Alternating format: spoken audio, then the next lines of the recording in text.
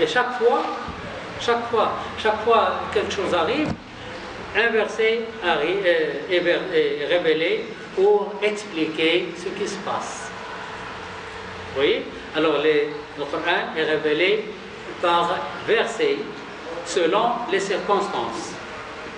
Une seule surah qui est révélée entièrement, c'est une seule fois, c'est Surat Al-An'am. An'am, les bestiaux. C'est 164 versets. Alors cette surah est révélée une seule fois entière.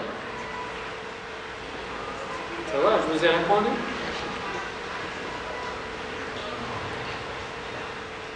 Alors, cette leçon, c'est au sujet de 12 preuves que le prophète sallallahu alayhi wa sallam est vraiment messager d'Allah. 12 preuves. La preuve que le prophète sallallahu alayhi wa sallam est un messager d'Allah. La première preuve, c'est qu'il est illettré. Il n'a jamais été à l'école, il n'a jamais été assis devant un maître. Il n'a jamais appris à lire ni à écrire. Alors, ce Coran contenait plusieurs des récits qui se trouvaient également dans les Écritures révélées avant lui. On trouve beaucoup d'histoires, beaucoup d'idées qui se trouvent à la Bible et qui se trouvent à la Torah et qui se trouvent au livret d'Ibrahim et d'autres. Pourquoi? Parce que celui qui envoie, celui qui révèle ces idées, c'est le seul, c'est Allah. Allah a dit, la religion pour Allah, c'est l'islam. C'est-à-dire, c'est quoi l'islam? L'islam, c'est dire la ilaha illallah.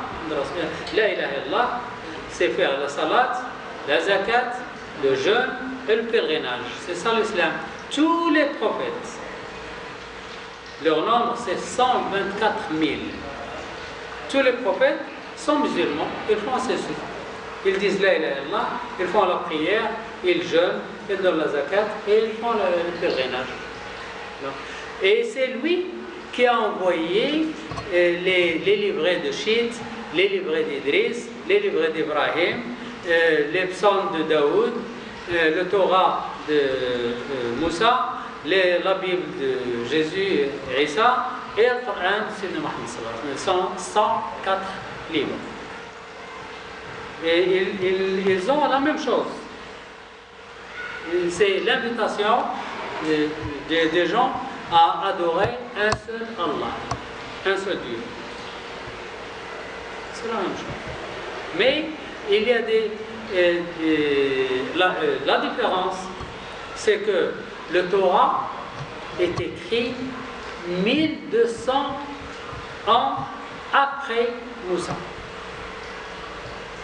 C'est écrit dans le Torah, à l'introduction. On l'a écrit 1200 ans après Moussa. Et la Bible est écrite, une partie de Jean ou Luc, ils sont 4.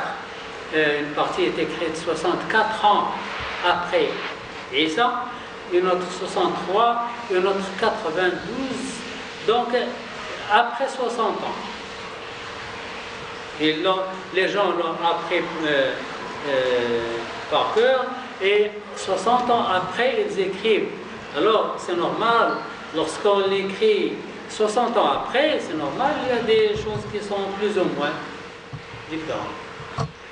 Et puis, encore, les rabbins juifs et les prêtres chrétiens, ils ont changé des versets selon leur profit.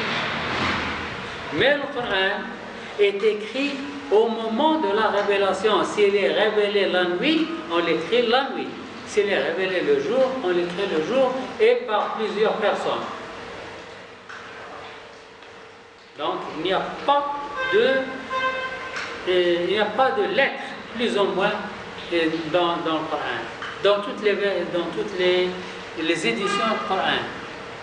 Par contre, si vous prenez la Bible ou le Torah, et vous prenez deux éditions différentes, vous trouvez qu'elles sont différentes, elles ne sont pas les mêmes. Le Coran, si vous prenez une édition de l'année 200 et une édition de l'année 700 et une édition de l'année 1000 et une édition de nouvelle, vous ne trouvez pas de différence, absolument pas.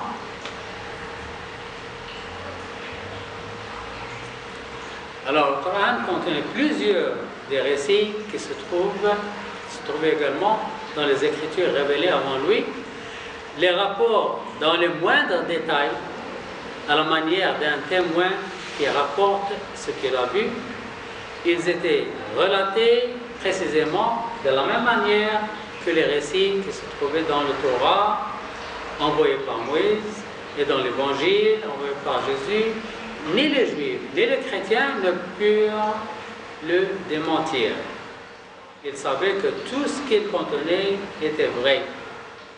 Alors, on ne peut pas dire que le prophète sallallahu alayhi wa sallam a copié. Non, il n'a pas copié.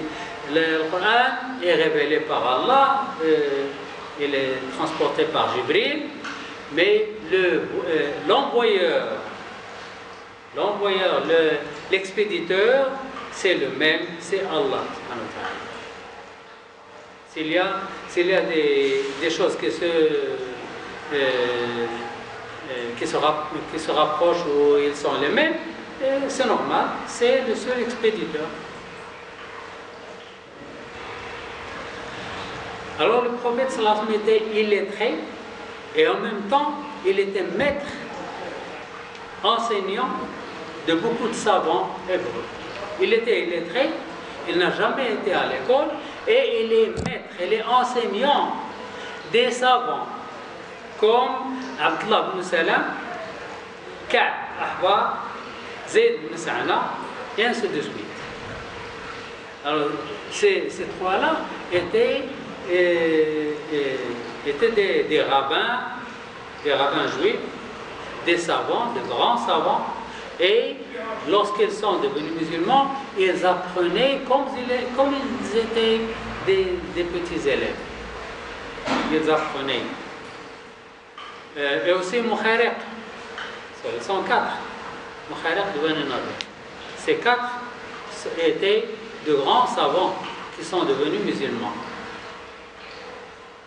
Et le prophète sallallahu alayhi wa sallam a dit, le meilleur des juifs était Mukhariq. Darater, c'est le savant de Hercule, le César des Romains, le grand César des Romains. Il avait un chancelier.